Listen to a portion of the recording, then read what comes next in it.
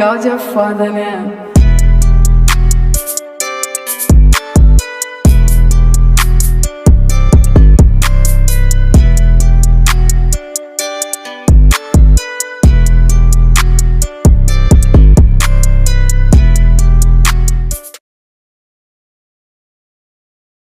In the coming of the Christ.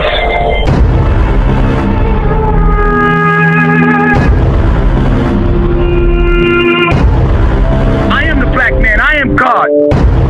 I love myself. I love myself, man. You feel me?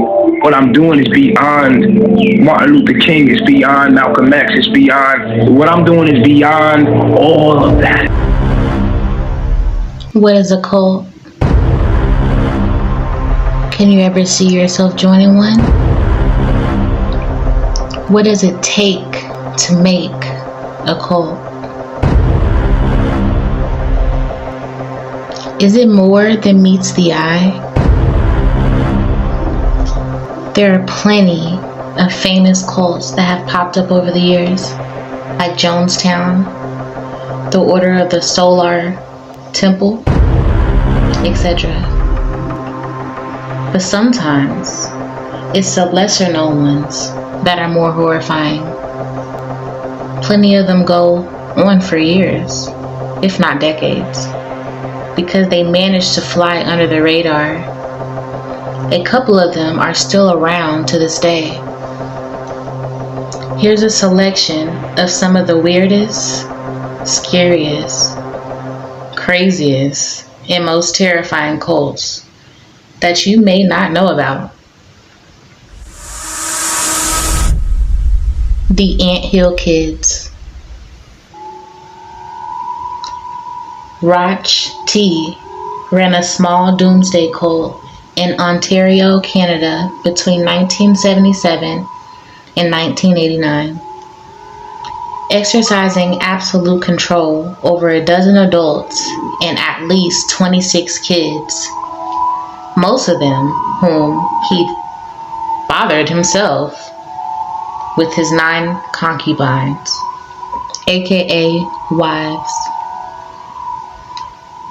Before getting kicked out of the Seventh-day Adventists, T had amassed a following of organizing detox seminars for people trying to quit smoking or drinking. He convinced several of them to quit their jobs and leave their families to live with him in the wilderness. Nature boy. Dubbing them the Anthill Kids because of how hard he demanded them they work. And when I say demand, I mean he forced them to break their own legs with sledgehammers if they refused to work. Though he failed to predict the end of the world in 1979, T successfully became a sadistic cult leader, demanding absolute loyalty and punishing naysayers and doubters. He nailed children to trees, made his followers eat his own feces, and when angered, he stripped them down and beat them, plucked their hairs out one by one, and many other forms of abuse. He also refused to take anyone to the doctor, instead performing surgeries himself, without anesthetics, may I add, which resulted in one woman's death from pulling out her intestines. He also killed a child during a failed circumcision, and one more died after being left outside during a blizzard as punishment. It wasn't until 1989 that Gabrielle Lavelle, having been brutally mutilated by T on more than one occasion, finally escaped and contacted authorities. T, the cult leader, was given a life sentence, but he was killed in 2011 by his cellmate. Still, a good portion of his followers never recovered from their abuse, and have continued to obey his teachings. The Carney cult. It's a case of you can't sit with us, gone horribly, horribly wrong. In 1991, a traveling carney named William Alt found out that a couple of his co-workers were involved in a cult called Satan's Disciples, and he wanted in. Only problem was Mark Goodwin, Jimmy Pinnock, and Keith and David Lawrence didn't want him in their club. Alt, not wanting to give up on being one of Satan's disciples, decided to blackmail the group with his knowledge that Pinnock and Keith Lawrence had killed an 18-year-old boy earlier that year. Only it didn't actually work. The 5 members of Satan's disciples drove Ald out to a secluded area, took him to lie on a makeshift altar, then proceeded to mutilate and torture him. After tying and gagging Ald, the group invoked Satan before cutting an inverted cross into his body and killing him. They later cut off his head and hands and then tried to burn him. When that failed, they dumped his body in a field. Goodwin's father found the body, told police, and the cult was arrested shortly after, serving between 8 and 60 years for their crimes. Kashi Ashram. In the 1970s, a New York housewife saw visions of Jesus and 2 Hindu spirit guides, gave herself a new name, and started her own religion. Majaya Sati Bhagavati was the founder of Kashi Ashram, a spiritual group that became famous in the 1990s and early 2000s, and was beloved by celebrities like Julia Roberts. The religion promised kindness and compassion, but ex-members accused Majaya of turning herself into a deity, telling followers, "The Guru is greater than God." According to an investigation in the Miami News Times, dozens of former Kashi residents accused Majaya and the movement of physical abuse, psychological control, kidnapping, and sexual assault. These mostly included beatings, either performed by Majaya herself or ordering someone else to do it. At one point, she reportedly punished a boy whom a member had molested by beating him, then painting his penis black and making him parade around the campgrounds of their compound. Naked, y'all. Majaya was also obsessed with children, possibly as a result of having several miscarriages with her second husband. Former members reported having to ask Majaya's permission to have kids, and some of them were coerced into handing over their babies to her for quote-unquote training. At least 4 mothers from 1978 to 1982 listed Majaya or her husband as biological parents on her child's birth certificates. But the worst offense had to be when Majaya forced 14-year-old daughter to marry an adult member of the church, ordering her to have sex with him and then checking to see if she was pregnant. Majaya may have died in 2012, but her legacy has not. Kashi Ashram still exists to this day.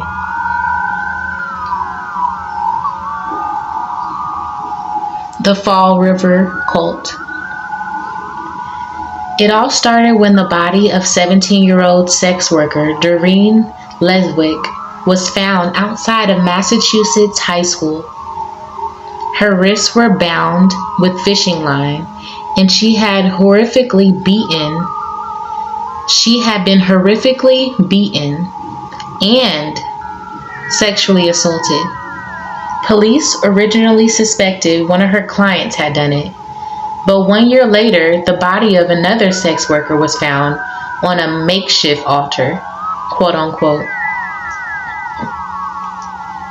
Later, a sex worker named Karen Martin came forward fearing for her life, claiming that pimp Carl Drew and sex worker Robin Murphy, who was also Martin's girlfriend, were responsible for the murders. She said Drew and Murphy were a part of a devil-worshipping prostitution ring and that they performed rituals and human sacrifices deep within the forest. More so, she worried that she could be the next victim for cooperating with the authorities. Though they didn't take her concerns seriously, 6 months later, Martin's body was found, or rather, her toothless skull. Drew was arrested in April of 1980 and charged in Martin's death, while another man, Andrew Maltese, was charged in connection to one of the other murders connected to the alleged cult.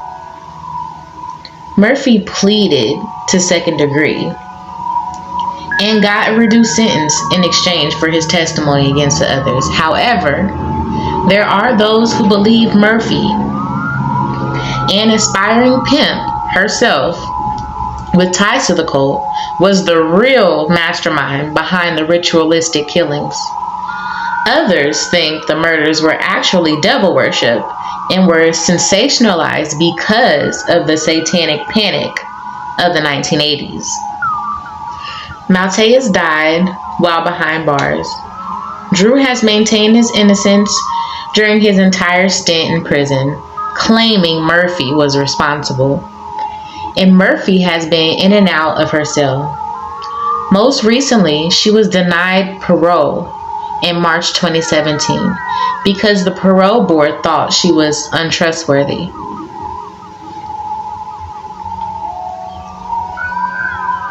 Superior Universal Alignment. Valentina de Andrade was I think it's Valentina de Andrade? Forgive me, y'all. Valentina was the leader of a 1980s UFO cult called Superior Universal Alignment. In a remote part of Brazil, she claimed to receive messages from the extraterrestrials that God didn't exist. Rather, Jesus was an alien, and he was going to send a spacecraft to save true believers from the end times. However, her prophetic beliefs came with one thing. All boys born after 1981 were possessed by evil and had to be purged. At first, De Andrade simply demanded that some couples turn their children over to the other couples, grandparents, or other guardians so they'd qualify to leave on her spaceship. However, that didn't turn out to be enough, and things became violent. Between 1989 and 1993, members of Superior Universal Alignment are believed to be sexually assaulted, mutilated, or killed at least 19 boys between 8 and 13 years old. Sick as fuck. 6 of them died and 5 were never found, while the rest escaped, though some have been drugged or mutilated, including castration, y'all. It took 11 years for Brazilian police to gather enough evidence to bring Andrade to trial. along with 4 male members of her cult, many of whom were prominent citizens in the remote Amazonian community. While all 4 of the men connected to the boy's murder were sentenced to decades in prison, De Andrade was acquitted of all charges because she wasn't in the area when the crimes were committed. And weirdly enough, De Andrade's superior universal alignment still has an active presence online. Marcus Wesson, the Vampire King. In 2004, 57-year-old Marcus Wesson stepped out of his house in Fresno, covered in blood, and police knew that something had gone horribly wrong. In 2004, 57-year-old Marcus Wesson stepped out of his home in Fresno, covered in blood, and police knew that something had gone horribly wrong. Piled in the back of the house were the bodies of 9 of his kids and grandkids, surrounded by antique coffins. For decades, Wesson had cultivated and controlled an incestuous family of followers through manipulation and physical abuse. He followed his own spiritual practice that combined Christianity and vampirism. Believing that Jesus Christ was actually a vampire and that the end times would be upon them when a police officer arrived at their door. Weston kept his sons separate from his daughters and refused to let them socialize with each other, in fear that they would develop sexual feelings for each other. This is primarily because he considered himself God, and all of his daughters were his future wives. Wesson started marrying his daughters in 1974, sexually abusing them as children so they could bear even more kids for him. It's believed he fathered about 18 children through 7 women, 5 of them who were young girls at the home. After Weston had declared that he planned to move his daughters and their kids to Washington State, several members of his extended family, along with 2 nieces who had rebelled against him, showed up to his compound and demanded he release the kids. The police were called, believing it was a standard custody battle, but it soon turned deadly. Wesson was found guilty of 9 counts of murder and several counts of rape and sexual assault. He is currently sitting on death row. Thank you so very much for watching this video. If you made it this far, please smash that motherfucking like button. It's crazy, y'all. Cults, they just have not sprang out of nowhere. They have been here for a very long time. I just wanted to, do some research and check out some other cults besides carbonation and see, just the pattern of things and what's going on. And just off of everything that we went through today, there's a huge similarity with this manipulation, the mind control, separating them from their families, not letting the men talk to the women, etc. Always trying to predict the end time, things of that nature, So, anyways, I'm out of here, y'all. And until next time, bye. What is a cult? A professor at the California State University of Sociology states, the reality is that there's just dozens and dozens and hundreds, if not thousands, of these groups around in our country and everywhere else in this world.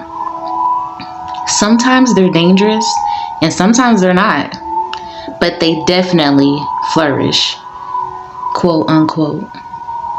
What is a cult? I ask you again. A cult is a group or movement held together by a shared commitment to a charismatic leader or ideology. It has a belief system that has the answers to all of life's questions and offers a special solution to be gained only by following the leader's rules. It requires a high level of commitment from at least some of the members. So then you ask yourself, how do cults even start up? How do they begin? There's 4 dimensions to a cultic group that we see across the board. Number 1, the charismatic leader. The charismatic leader is the originator of the group. Charismatic leaders are people who are great manipulators. They're charming. They know how to read people. They come along and offer a message that is going to resonate with somebody. Once they get a few followers, that's all they need. And then those people go out, recruit more. Then they build up an aura around the leader. Number 2, the transcendent belief system. Most religions and even political groups are going to have transcendent belief system, meaning how to get to some better place, some unattainable place that us as Babylonians or, the average citizens can't obtain. But what's different in cultic groups is they have their way to get you there, quote unquote. It's what I call the recipe for change. In order to be a part of the group, you have to go through a transformational process, which they dictate to you, and you can't be there otherwise. That's the indoctrination program. Number 3, systems of control. They think they're joining something that's going to give them purpose and meaning. Slowly the heat gets turned up and you go through the rituals or the study sessions that get you more and more drawn in. As this process goes on, the person begins to adopt this new worldview that requires new behaviors, in which most often requires cutting off from the past. There are all kinds of control mechanisms, which are the rules and regulations. You gotta dress this way, walk this way, eat this way, etc. Number 4, systems of influence. Then there's the more subtle influences, which is the peer pressure. Older members will model for the new members how you're supposed to behave. Before you know it, you're so involved in this other reality that you don't look to anyone else. You don't allow yourself to be open to any other explanations. Your mind has completely closed in on this new worldview. So the connections to the belief system is kind of the glue. It's kind of the glue that keeps you there. This is your only hope.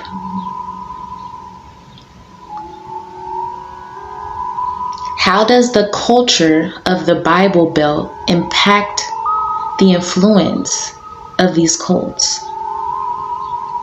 Just about everyone belongs to some kind of church.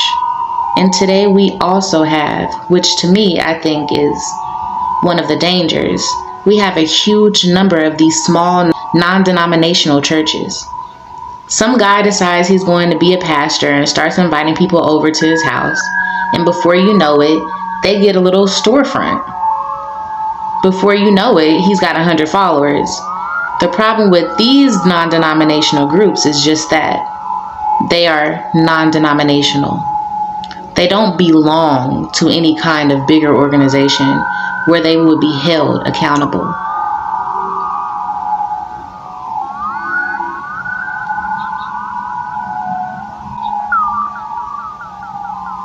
Alfonso de Jesus Constanzo.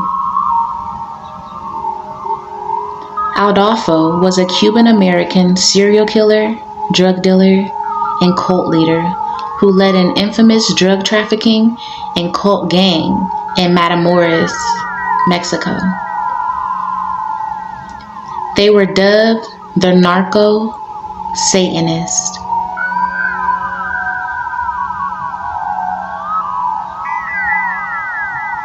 Adolfo, born on November 1st, 1962 in Miami, Florida.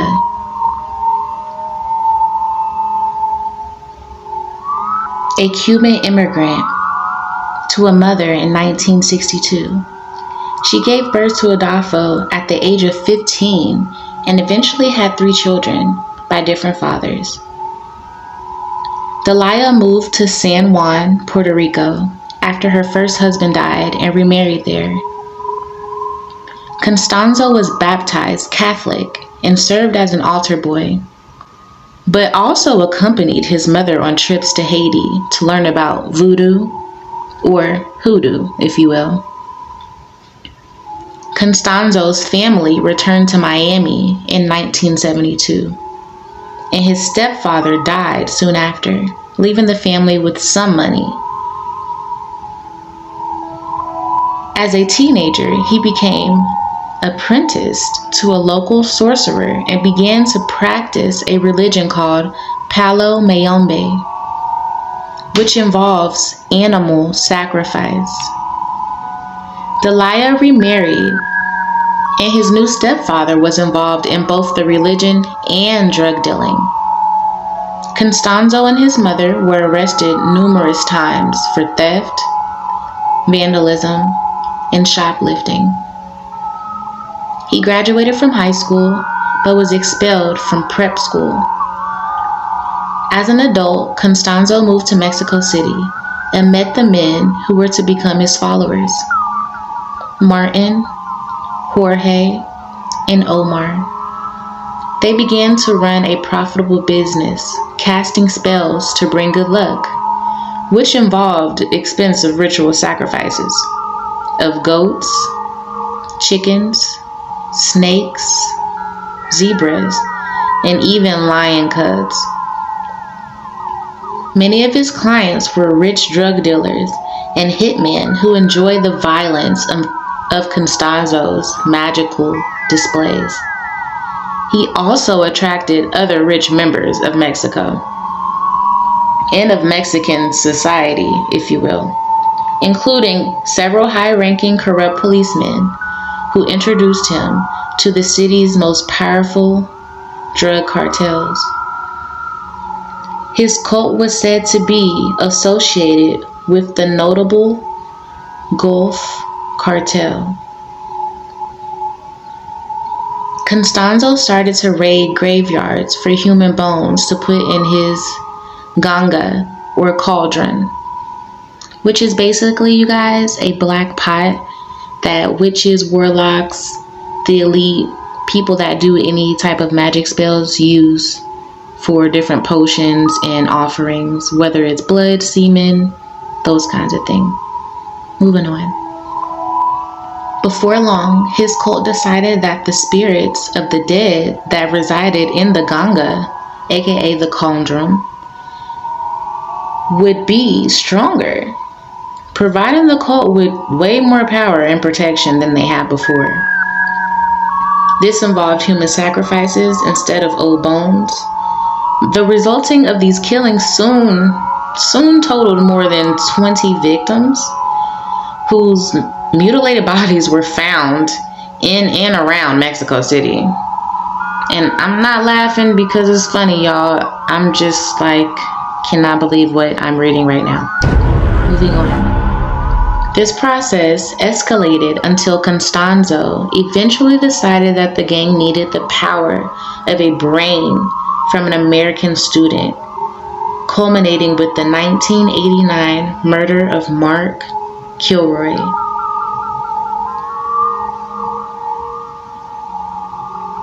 Constanzo began to believe that his magic, many of which he took from Pablo Mayombe, were responsible for the success of the cartels and demanded to become a full business partner with one of the most powerful families he knew, the Calzazas. When his demand was rejected, 7 family members disappeared.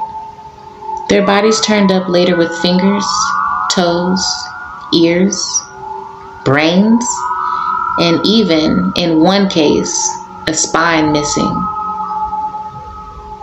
Constanzo soon made friends with a new cartel, the Hernandez brothers.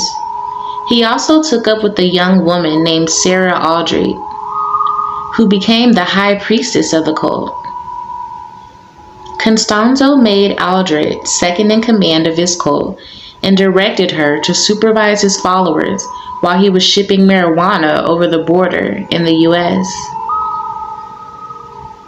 In 1988, Constanzo moved to Rancho Santa Elena, a house in the desert. It is there where he carried out more sadistic, ritualistic murders, sometimes of strangers and other times of rival drug dealers. He also used the ranch to store huge shipments of cocaine and marijuana. On March 13, 1989, Constanzo's henchmen abducted a pre-med student, Mark Kilroy, from outside a Mexican bar and took him back to the ranch. Kilroy was a U.S. citizen who had been in Mexico on spring break. When Kilroy was brought to the ranch, Constanzo murdered him. Under pressure, the Texas politician, Mexican police, initially picked up 4 of Constanzo's followers, including 2 of the Hernandez brothers. Police quickly discovered the cult and that Constanzo had been responsible for Kilroy's death. He sought out a good, superior brain for one of his ritualistic spells. Officers raided the ranch and discovered Constanzo's cauldron. I might be saying that wrong, y'all. Look, the witch's pot. We're just going to call it the witch's pot, which contained various items such as a dead black cat and a human brain. 15 mutilated corpses were dug up at the ranch, one of them Kilroy's. Officials said Kilroy was killed by Constanzo with a machete chopped to the back of the motherfucking neck when Kilroy tried to escape about 12 hours after being taken to the ranch. Constanzo fled to Mexico City with 4 of his followers. They were only discovered when police were called to the apartment because of an unrelated dispute taking place there. As the officers approached, Constanzo mistakenly, believing they had located him, opened fire with a machine gun. This brought in police reinforcements. Determined not to go to prison, he handed the gun to follower Alvaro de Leon and ordered him to open fire on him and Martin Quintana. By the time police reached the apartment, both Constanzo and Quintana were dead. De Leon, known as El Dubi, and Sarah Aldrete were immediately arrested. A total of 14 cult members were charged with a range of crimes, from murder and drug running to obstructing the course of justice.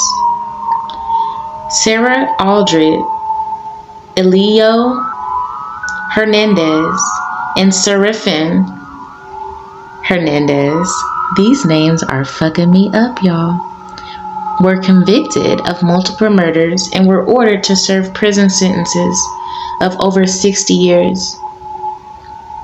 De Leon was given a 30-year term. If co-leader Aldrete is ever released from prison, American authorities plan to prosecute her for the murder of Mark Kilroy. So I want to say something real quick, guys. All these things sound so familiar. Now, I'm concerned. My one concern is in just wanting, I I think I'm just curious. I just want to know if some of the rituals done within the carbonation cult were also rituals that were done in the narco-Satanist cult. Guys, they all get the shit from one another. You know what I'm saying? And I'm starting to notice this pattern. There's definitely a pattern here. There's a pattern here. Every cult leader is charming. They bring these people out to this secluded designated area, and it's usually in the tropics, and it usually has some type of mathematical coordinates and like a powerful coordinate. Shit's real, y'all. Shit's real. Hey, so editing Ami here. I wanted to make a couple more points that I quite did not make. In the article I read, the author, they ended up saying something about the leader of the Narcos cult specifically seeking out superior brains for his rituals, right? And in his case, he was seeking out, the Mexican Border Patrol, the powers that be in Mexico, including the Mexican police that were bringing mass quantities of cocaine and marijuana into the Americas, right?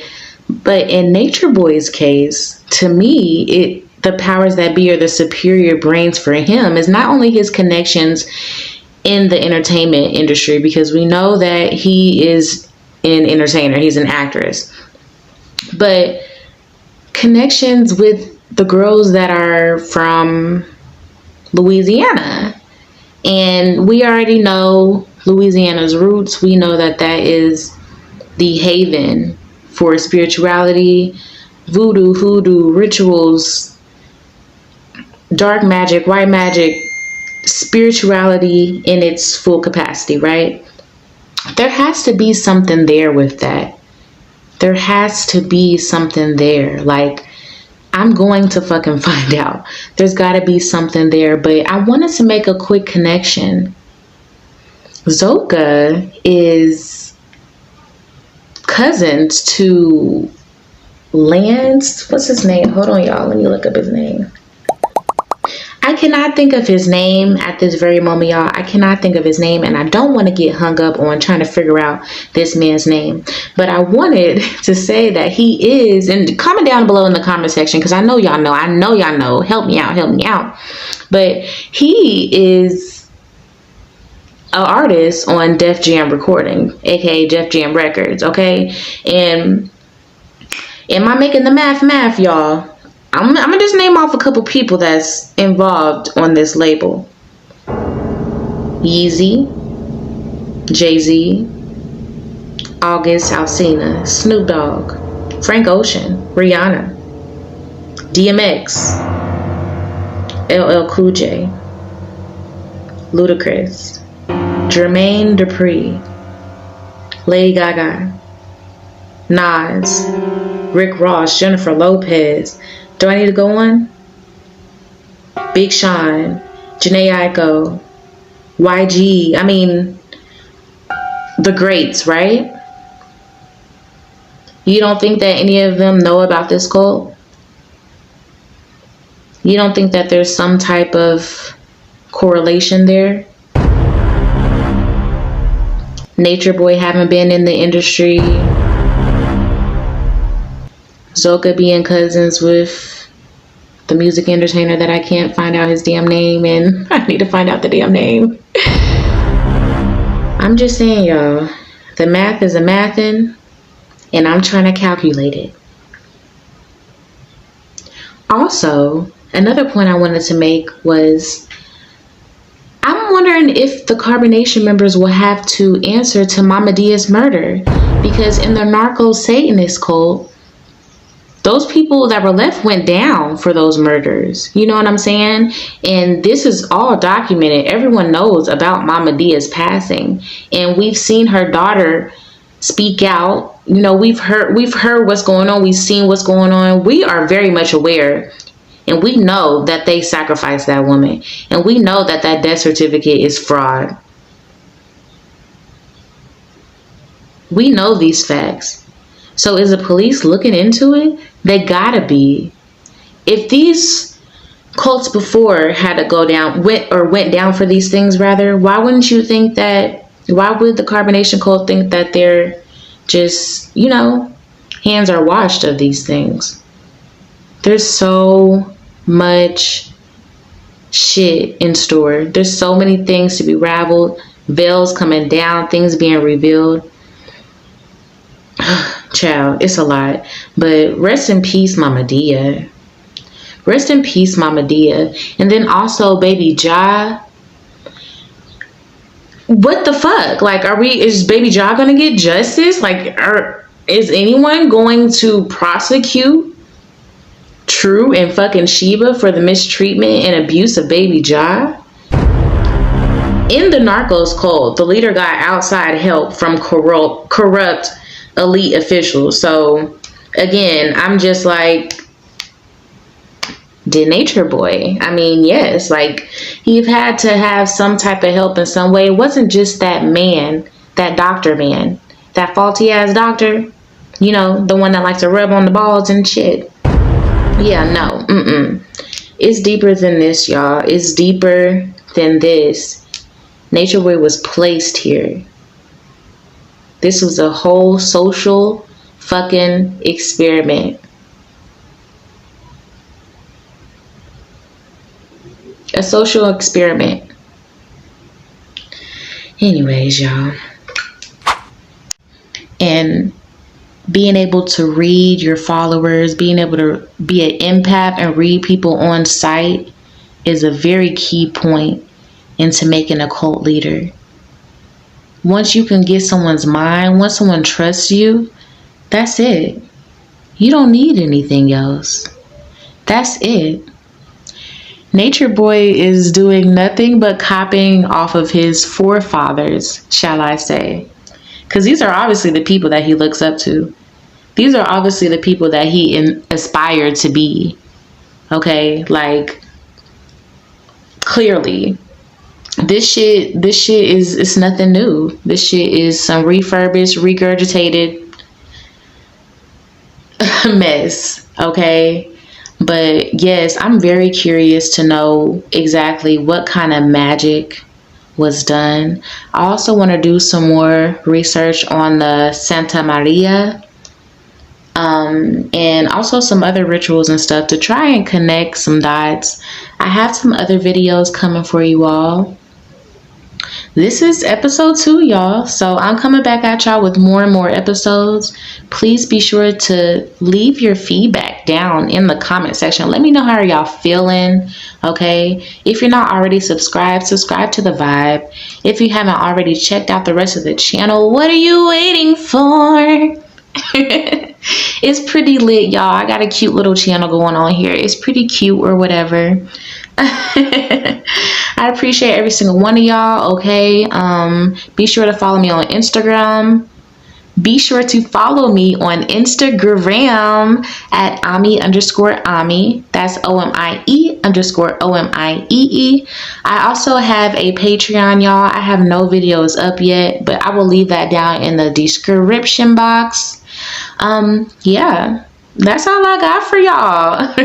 That's all I got for y'all today. This world is crazy. Like I said, I'm going to keep you guys updated on the Tasha K interview with the carbonation cult, because I definitely will be coming out with a video on that and some more tarot readings on that. So y'all stay tuned, okay? Be blessed, okay? Peace. Peace to the motherfucking gods. Ashe. Bye. To me, something happens to you. Because you're a figment of my imagination. And if I don't exist, you don't exist. Period. Remember that. Divine law and principle, nigga. God. I love myself. The fuck is a carbonation? People calling y'all a cult. They're calling y'all brainwashed. They're calling y'all weak. They're calling you crazy. You don't. You're being held against your will. I had a pimp once. I was a bottom bitch. My world orbited around him. I got all the attention, all the love, all the gifts. He bossed me up. New shoes, new clothes, cars, gave me a new way of thinking. I elevated. I was making big money. He fucked me so good and put me number one above all the other hoes. And no one could throw salt on this man's name. He made me. I fucked, sucked, clothed, and cooked for him on a daily. He took my money and my self-esteem. Comparing pimps and cult leaders, there's 4 key things. Number 1, charm. The definition of charm is the power or quality of giving delight or arousing aspiration. An attractive or alluring characteristic, an object, act, or saying believed to have magical power. Gain or influence by charm, control or achieve as if by magic. That's how powerful charm is. The second component is an empath. Third is a common belief or purpose, a way to obtain something that the average can't. And for a pimp, it's money. For a cult leader, it's the kingdom. What is the definition of an empath? An empath is understanding one's emotions deeper in order to manipulate. These people are usually more accurate in recognizing emotions by looking at someone's face. They are more likely to recognize emotions earlier than other people and rate those emotions as being intense. This explains how easy it is for Nature Boy to lure his followers in. He doesn't even have to be face to face with them to lure you in. Off just a simple engaged stare, he reads you. Your insecurities, fears, demons. He can determine whether or not you are gullible or easy to manipulate. Empaths are gifted, unique, and many admire their empathy and understanding of others. However, this could get dangerous depending on the intentions of that empath. You've been read like a book. He now has you in his palms. As long as the common ideology and goal is still there, the kingdom. A pimp and a cult leader share these qualities. In a pimp's case, he preys on young women who he's deemed as gullible, naive, or dumb, easy to manipulate. These women most time have no family, friends, or support system of any kind. Looking for a change, a way out, if you will. The common ideology or goal here is money, bossing up. The prostitute, aka the victim, wants money, yes, but also wants love, companionship, and to be wanted. So does the carbonation members. Many young sex workers have daddy issues. They end up clingy to the pimp, believing his every word. He clothes, feeds, fucks, and provides her with a new mindset. I need his guidance. I need his help. I need his love. I need his support. I need his unconditional love. I need that shit. Fuck what y'all talking about. Stop talking about him crazy like y'all do. Nigga, he helping us. He guiding us. Supporting us. And fuck all y'all that's out there talking shit about him. Nigga, he helped y'all. He fed y'all asses. He did everything in his power to do everything for y'all. And y'all go turn y'all back on him and talk shit about him. Fuck y'all. For the Carbonation members, Nature Boy fucks their mind. The mind is a powerful thing to lose, y'all. One shower with gifts, dick, and self-esteem. He then starts the breaking process or dehumanization.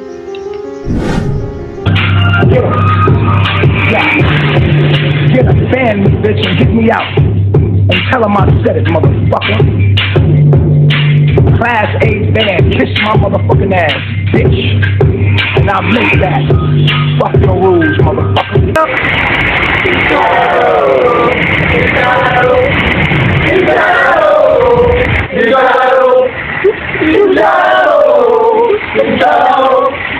You white devil, you got that white man in you, bitch. Leave, Kayla. He can go. I'll drop off at the airport right now. Y'all can have this bitch. Won't I, Kayla? Won't I drop you off the airport right now? Ever stand on me, don't touch me with no motherfucking demon. Come get these hoes. Come get them right now. I don't want these hoes around me no more. Come get them. I know they online. Go. Get them. Grab them. They're in danger. Hurry up. Come get them. Call the cop. Tell them come get these women. Get them the fuck out of my face. Adjust. 3, 3, 4, 3, 3, 4, 3, 3, 4, 3, I 4, 3. You have to understand that, man, it's all about progress. It's all about making progress, not to prove to the next man this, not to prove to the next woman that. No, man, to prove to yourself. Because it's only you, man. It's a one-man sport. There is no team. Motherfuckers run around in money clicks and all this extra shit. Look at me and look at us. That's not the game. It's not the game. You don't have to have the strongest muscles in the world, and you ain't got to run around with 100 guns. You know what you got to have, man? This. Right here, man. Your mind, your body, and your soul, Jack. You belong to me. I'm Daddy. I am God. I am Baba G. I made you. You are my property. The women start to believe this, and the men. Thinking of her life before meeting Daddy, she realizes he really has provided her a new mindset and way of living. I can't leave. I owe him. The more loyal the concubine becomes, the more distant and mean the pimp or leader gets. This is when the gaslighting begins. To face yourself. And now you facing yourself. You in the mood, right? This is what it's about, right? Right. Malia is always in her like triggered. She's always triggered, constantly triggered. Every time she deals with someone else, it's just trigger. And I'm like, damn, like, what you gonna do? Like, what you gonna do? Because you got us looking out here like we fucking starving you or something. You got me looking crazy. You got me looking out here like, you know what I'm saying, like niggas are starving you. Throughout the day, I have a good solar new meal. It's just a task. It's not easy. It's not a task. You're gonna be faced with your demons. You have. How was you in Babylon? Did you have an attitude in Babylon? I had attitudes in Babylon. Yeah, I did. Was you like that with your sisters? How were you told me stories about how you was with your sisters? It's basically it's the same type of vibe I give off. because it's my mind. It's the way I perceive situations. Malia, leave. Do you want to leave, Malia? Tell them what happened when you leave here. You'll go crazy, won't you? Tell them who Baba G is. God. Tell them. Baba G is God. Now confess it. Proclaim it. Tell these bitches on this motherfucking live who I am. Baba G is God. You know, I woke up and everyone was singing. And he's like, you know, beforehand, he was like, yo, you know, if everyone could sing together, then we could all be together. And everyone was singing, so they started, like, doing this, like, yeah, I guess everyone was just singing, you know, taking turns. And it got to my turn. I just wasn't wanting to sing and all that. I just wasn't feeling it, basically. And so I didn't sing. When it got to my turn, he was like, yo, you know you have to leave, right? And I'm like, what? Like, really? We did this to ourselves, Captain. We did this to ourselves, Captain. Now you waking up. By a demon when he was a kid or something. He did. He told me he was possessed by a demon when he was a kid. He said he can look in the mirror and see the demon. And my assessment of it is that that demon don't like me. That demon don't like me because I give Eligio strength to get rid of him. Every single member of Carbonation knows that this is not what they had in mind when joining the superior group, quote unquote. It went from we are all gods, reflections, to I am God. Before we dig even deeper into this cult, it's only right to start with some background and history on Eligio Bishop. Eligio Bishop, the 40-year-old leader of the group Carbonation, was arrested on April 14 on 5 charges, including R-word, false imprisonment, and sending sexually explicit electronic transmissions without consent. The DeKalb County Police Department said the arrest follows a Wednesday night raid on his Georgia home by dozens of officers and a tactical team, according to the WSB-TV. He is currently being held at DeKalb County Jail after Judge Abby Taylor denied bail during a Friday court appearance, owing to the severity of his alleged crimes. While authorities have not provided details into what led to the charges, police did confirm a special victims unit investigation into Bishop has been ongoing since March 30th, after they received a complaint against him. The Wednesday raid, police said, included search and arrest warrants. DeKalb County Police raided a home after a 3-week investigation. Channel 2 Action News was there as officers took Eligio Bishop into custody. Channel 2's Dave Huddleston live now at DeKalb Police Headquarters. And Dave, Bishop's supporters say, look, the group believes in nudity, they believe in nature, and that he's done nothing wrong. However, the alleged rape and false imprisonment occurred on March 24th, 3 days later. He alleged sent sexually explicit messages and pictures without the subject's consent, prompting 2 counts on the charge of prohibited nude or sexually explicit electronic transmission. We teach sexual education and we believe in nudity. And so that's one of the charges that's trying to be brought against my chief. That's for revenge porn. But the female that was here, the woman that was here, she gave consent to actually release it for sexual education. It's not just like porn. It's for educational purposes, quote unquote. Dalen Armstead, a current Carbonation member, told Fox 5 Atlanta. Bishop did not immediately respond to the Daily Beast request for comment, and it is not immediately clear if he has retained an attorney, which we know that he has now, you guys.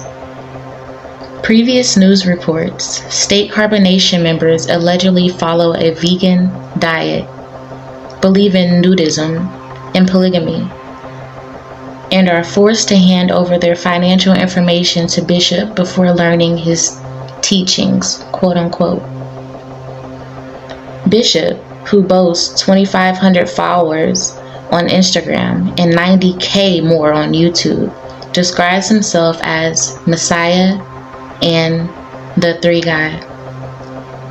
Several of the YouTube posts include music videos and self-help instructional videos, and most urge donations to Carbonation via Cash App. Erica Carroll, a former member of Carbonation, told 11 Alive on Saturday that the internet is where Bishop first lured her into the alleged cult. She said that in 2006, a Facebook post convinced her to move from New York to Honduras to help build a new community focused on nature. After a few months, Carroll said the group eventually settled in Costa Rica, where they slept outside in tents, quote unquote, and ate only fruit and vegetables before being made to work. We'd have to sit in these long meetings. He'd say we'd be facing our demons while doing that, but basically he's just projecting onto you what he has going on inside of him, Carroll told 11 Alive. It was a lot of verbal and mental abuse, quote unquote. Carroll said she eventually left the group after witnessing verbal and physical abuse, and believes that since she left Carbonation, the group has only turned more sinister. Those people that are still in the cult, their only hope is for Bishop to be locked up right now. For him to be locked up, period. It's too many things he has gotten away with, Carroll added. We are here to be awakened, so this will not turn out like people think it's going to turn out, quote unquote. I also forgive my accusers. My heart is light as a feather. I am in good spirits. No matter what happens, remember, I am with you forever. This is not the first time that Bishop has faced legal trouble for his role in the alleged cult. In June 2020, Bishop was one of 21 people arrested in Hawaii for violating the state's mandatory 14-day COVID-19 quarantine order. In an interview with AP about the arrest, Bishop admitted he is often described as a cult leader. And I thought the distinction was kind of cool. We're a group of African Americans that are protesting our conditions by leaving them, he added. They just made us look crazy on the internet. Here are the wives of the infamous Nature Boy. Malia, Zoka, Aya, Eferul, Sheba, Neytiri, and many, many, many more that have entered and left the Carbonation cult. All of these beautiful women, so beautiful, angelic, gullible.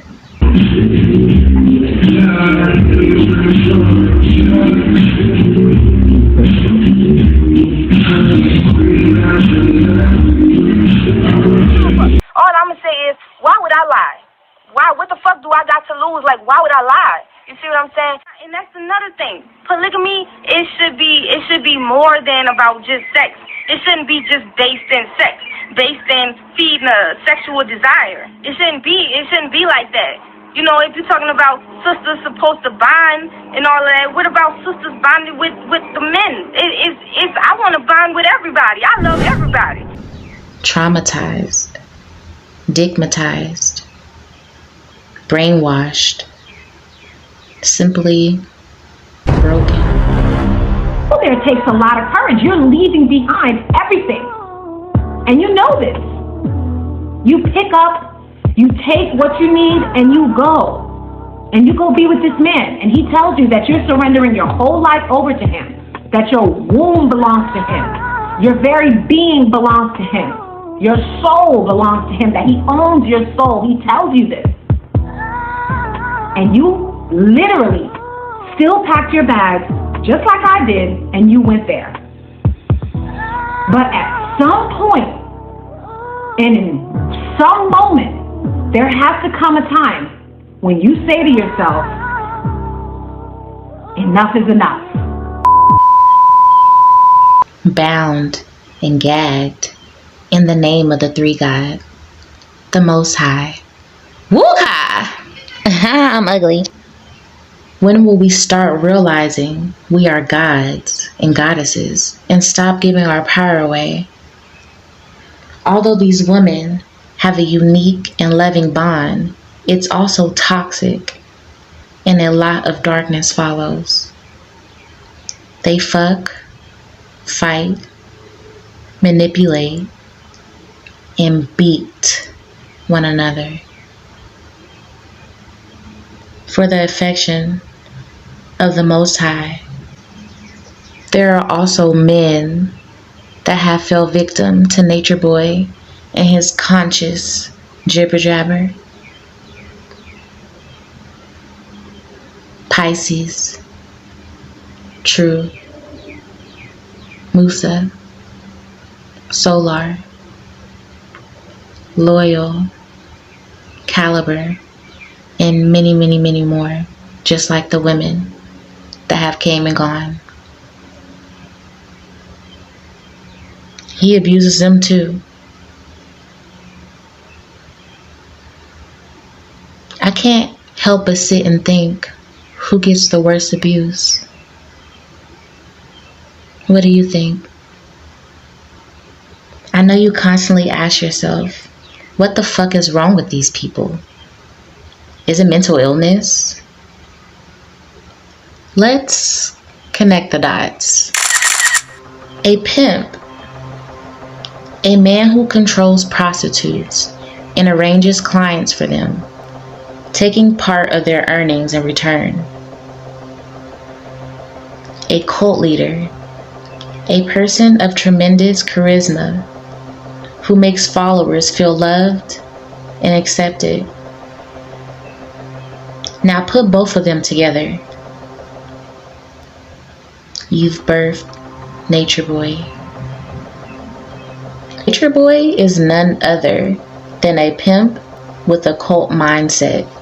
Instead of selling ass, he is selling a message. Even though we know that he sells ass too.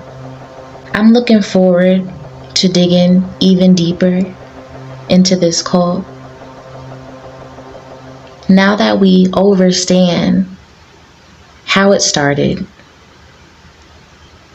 the mindset of the leader, the similarities of a pimp and a cult leader, and how Nature Boy combined both of these to manipulate and set out his plan.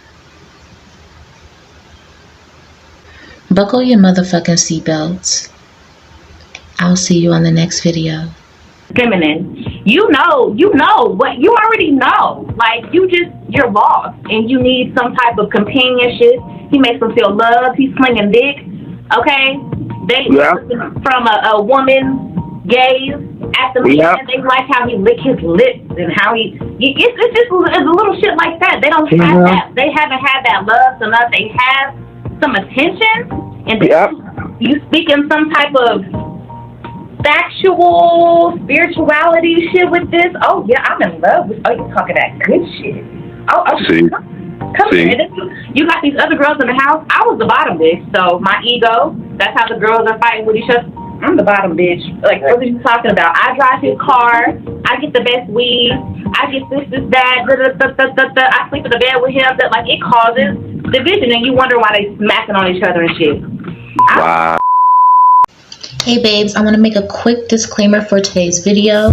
We're going to be discussing sacrifices of children, old folks, animals, things of that nature. There will be clips of animal sacrifices. So if that is something that is triggering for you and that you just cannot stomach or take, I'll see you in the next video, okay?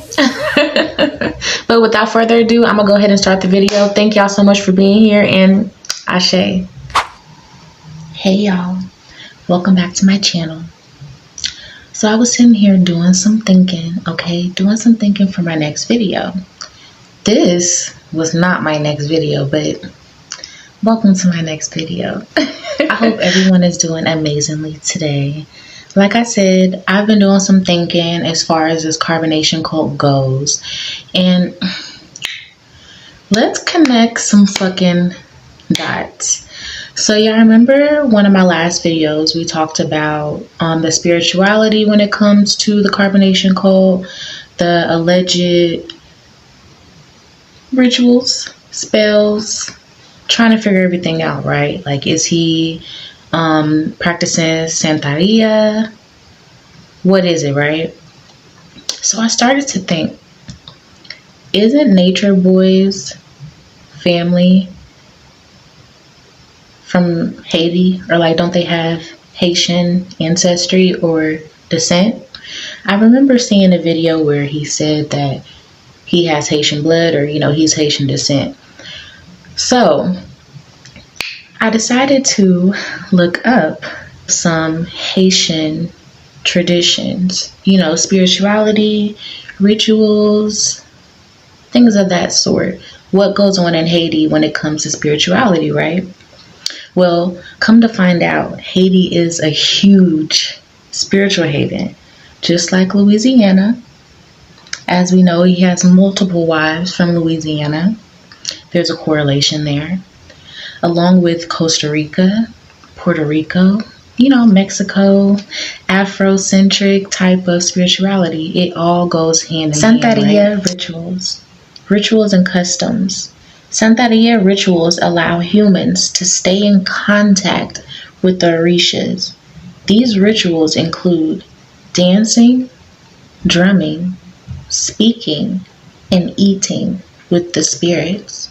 Possession is a psychic phenomenon which occurs when the divinity becomes manifest.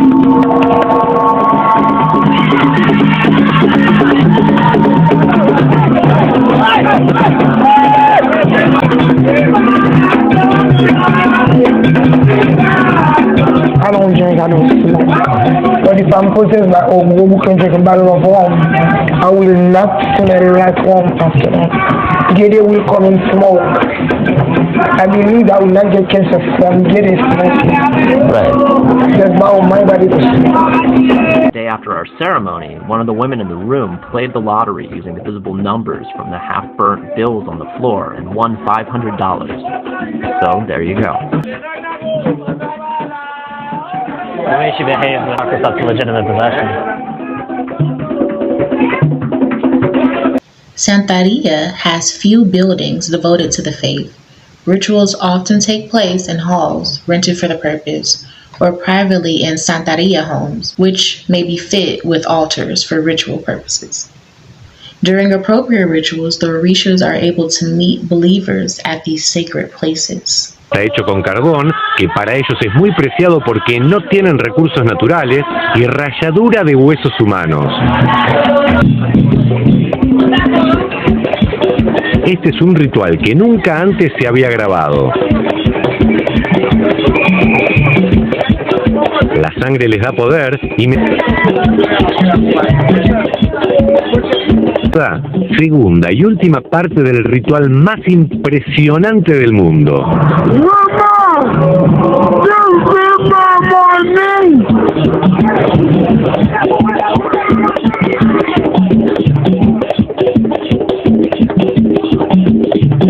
La ceremonia siempre es en la casa de los sacerdotes y comienza con un bautismo muy particular.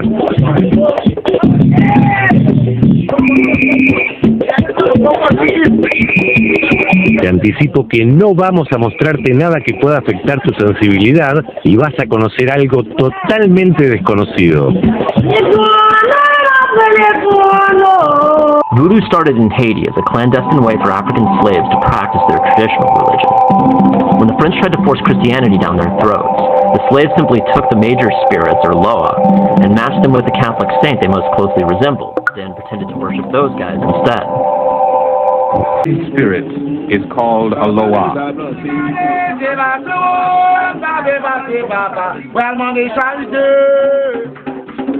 There are 121 Loa in the voodoo universe. Tonight's mass is focused on summoning the Petros, fire spirits, to possess or mount the people in the room. Then to let them speak through their bodies and offer advice and blessings. Santeria is based upon the development of personal relationships through divination, sacrifice, initiation, and mediumship between practitioners of the religion and the Orisha deities who provide their devotees with protection, wisdom, and success, who guide devotees in time of crisis. Nature Boy mentioned the Orishas a lot. So that's another correlation, y'all. Like, so he's aware. Y'all, come on now, come through. The Orishas are the gods of Santeria. If I only had a brain. Do I connect them fucking dots? I'm connecting them fucking dots, your boy. Yes. Good private investigator. Okay, y'all, for real. The Orishas are the gods of Santeria, the beings that believers interact with on a regular basis. Each Orisha has its own distinct personality. What Orisha spirit did you tap into? 3 God, 60% downloaded. It has a wide variety of strengths, weaknesses, and interests. In many ways, therefore, understanding an Orisha is like understanding another human.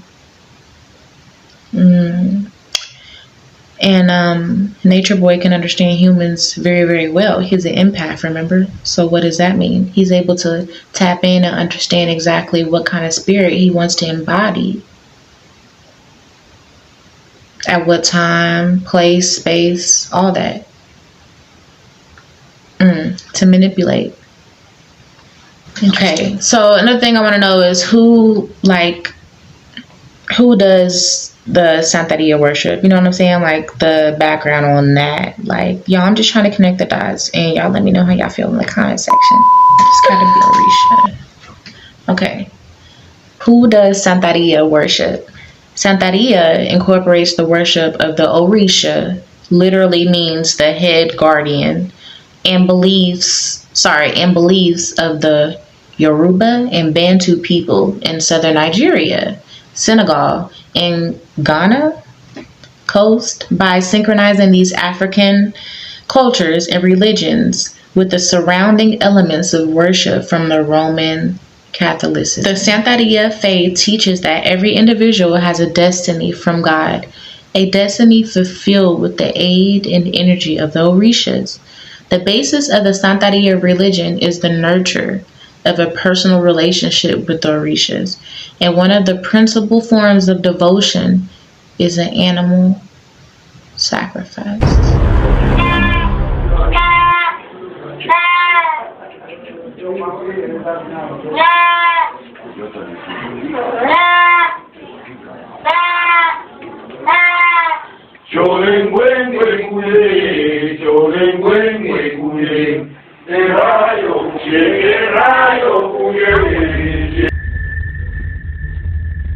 Bebed en la cabeza de la cabra, tomadla como si fuera la nuestra y permitidnos seguir viviendo.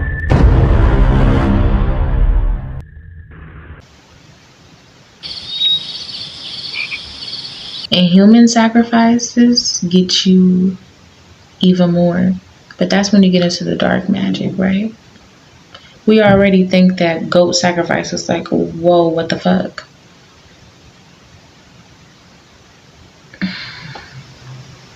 So I know one of the base places for Santeria is in Cuba, right?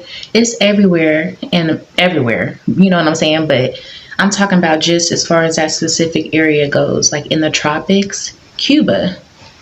What is Cuba by? Puerto Rico.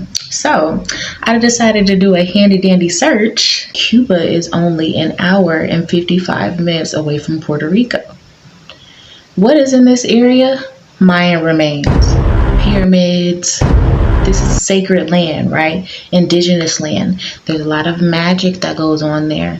Santeria, okay, voodoo, hoodoo, white magic, dark magic. Not to offend anyone that does white magic or that's involved in voodoo, hoodoo, or any Haitian rituals, because I do feel like a lot of our ancestry has been lost as far as spirituality specifically. And you know, we don't know what our ancestors was practicing back there fully. I know anyway, so I just want to educate myself more before I go judging. But yeah, my problem is there's duality in everything. There's good and bad in everything, right? I don't feel like Nature Boy was practicing no white magic, baby. So like I said, let's connect some fucking dots. And y'all let me know how y'all feel at the end of the video. Mix Roman Catholic, Afro spirituality, and tribal influence. And you have Santeria. You also have Pablo Mayombe, Embast, Haitian voodoo, hoodoo, etc. Each of these go hand in hand. I personally believe Nature Boy embodied a dark ass spirit, like maybe like a Papa Legba or a spirit like that. We all know that Papa Legba, people use him as a dark spirit. You know, he's a dark spirit, aka ancestor. He likes to drink his whiskey, okay? He likes, or his rum. I'm sorry, he loves to drink his rum. And he likes his cigarettes. He loves his women. He can be very... Just read some stories on Papa Legba, okay? Educate yourself.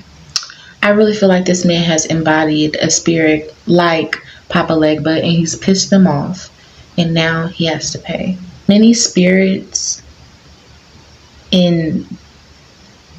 they're just really demonic spirits that you can tap into and connect on such a sacred land, especially like Puerto Rico, Costa Rica, Hawaii. Did you know that there are actual witch doctors in Honduras, Puerto Rico, and Cuba? I mean, anywhere really, but come on now, like, is the dots connecting? These people act as a medium between you and the spirit you are trying to contact.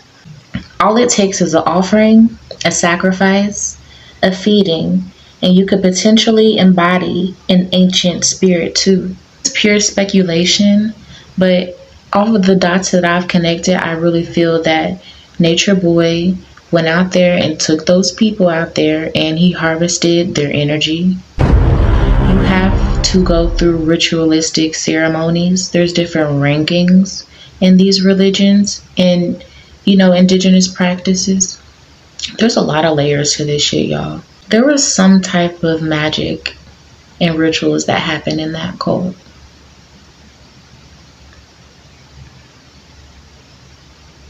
And I can't help but wonder what happened to the remains of Zoka's baby. Was the baby an offering? Knowing what you know about Nature Boy, do you really think that he would let that young adrenochrome go? Zoka drank like a fish while pregnant. I'm starting to believe that the baby was a sacrifice from the start. We know that these spirits love they rum. They love they alcohol. They love they smoke. No telling what was going on, y'all. No telling what kind of offerings were set. Where is the baby's remains? What did you guys do from the baby leaving Zoka's body all the way up until the burial? What the fuck happened? That's my fucking question. All I'm gonna say is spirits love alcohol. Okay, y'all. So now that y'all kind of have a background history, you know, you guys kind of get a vibe more of like the Haitian traditions as far as spirituality, Nature Boy's cult, and everything that we know about his cult. The math ain't mathing. Like, the math ain't mathing. So, I don't know. What do y'all think? Nature Boy has pissed off the gods. Nature Boy has pissed off the ancestors. Nature Boy has pissed off his cult members. The judge. He's done. There's no mercy. When you fuck with the spirit realm, whatever deal he made went sour. Okay? Whatever deal he made went sour. If you guys would like me to do a reading on magic and rituals that were done behind the cult, now I have a better understanding of things. You know, my intuition is more in tune with this. You know what I'm saying? I'm already feeling some things. So I just want to see what Spirit has to say. I appreciate every single one of you guys for watching this video. Thank you. I appreciate all my new subscribers. We hit over the 200 subscriber threshold. Oh my God. I appreciate you guys so very, very much. Ashe, blessings to you. And please smash that motherfucking like button. It's not gonna hurt you, I promise. It's not gonna hurt you, I promise. Peace, blessings, peace to the motherfucking gods. And I'll see you on the next video. Bye.